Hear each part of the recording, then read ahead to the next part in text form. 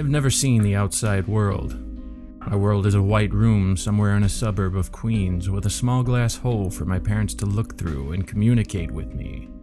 I hate them. You see, I was told that I was born with a specific condition, the absence of an immune system. The very fact that I'm living right now is a testament to the efforts of the doctors and my obscenely rich parents keeping me alive. I know my parents mean well, but all these years of being isolated from society have irked me to a point where I feel nothing but rage whenever I see them from the other side of the glass hole. A whole other world is waiting for me, but I have no means of escape from my prison. Today, Dr. Katz came. He's a university student who is studying biology and has requested to take some of my blood samples for research. I hated his kind the most. That's why I did not feel too bad about what happened next. All the doctors are required to wear a special hazmat suit and bathe in an antimicrobial bath that keeps germs from going in and coming out.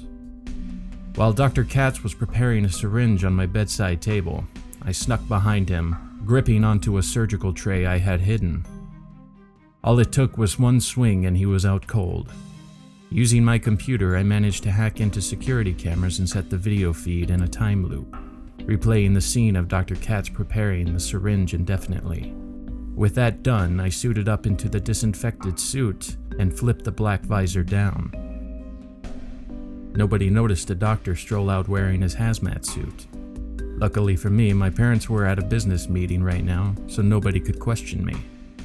As I slowly walked through the hallways of my house for the first time, excitement made my heart skip beats. Once my hand was on the doorknob, however, I could barely control myself. I took a deep breath and opened the door. The sky was more beautiful than I could have ever imagined. Crisp sunlight blinded my eyes as I heard birds sing all around me. As soon as I spotted a cab, I had noticed the siren go off behind me. My cover was blown. I quickly hailed a cab that was passing through my suburb and told him to take me to the city. If I was going to get caught, I at least had to see civilization once. When I got to the city, I could feel the buzz of life all around me. A huge parade was going on. Huge floats and balloons were everywhere, while an enormous crowd was clapping. I had never felt so alive. I was so lost in paradise when I suddenly bumped into a news reporter. She cussed at me thinking I was a freak until she noticed the label on my hazmat suit. She introduced herself as Karen and recognized me as the son of the famous Smithsons and was giggling with excitement while saying how she had found the scoop of the century. Apparently, I had only been seen once by the public eye, through an insider who took a photo of me through the small glass hole. That story had brought up a whole lot of commotion as to why the Smithsons were hiding their kid from the public. My parents, of course, told the news reporters of my condition, and public interest died down. However, Karen had always wanted to interview me, and of course, I obliged. Before I could tell her my story, however, I noticed men in doctor's coats were pushing through the crowd of parade-goers towards me. I got cold feet, but Karen told me to run while she and her team slowed them down. I ran through the streets, sweat beading down my forehead in the hazmat suit.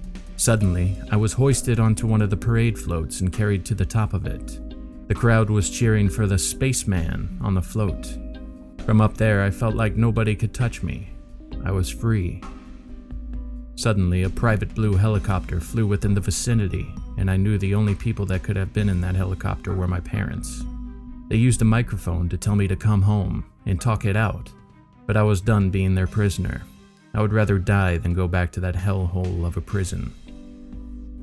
With tears flowing from my eyes, I accepted my fate. If I was going to die, I would die breathing my first and last breath of fresh air. With a click, I pulled my helmet off, closed my eyes, and took a deep breath.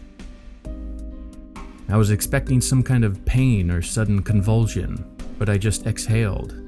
I was still alive. Had my whole imprisonment been a lie this whole time? I furiously opened my eyes, to be greeted by a sight that I know I will never forget. The crowd around me was dead. Thousands of people just lay there motionless, white froth oozing from their mouths. I wanted to scream, but before I could let out a sound, I heard a shot come from my parents' helicopters, and I lost all consciousness. I am currently typing on my computer on a ship to somewhere unknown, back in what once was my prison, but now I know is my sanctuary. My parents are outside watching me, both their faces drained of all expression and color. I hate them even more now. I hate them for loving the monster I am. Today's No Sleep story comes from username Erdnasty. New videos every week.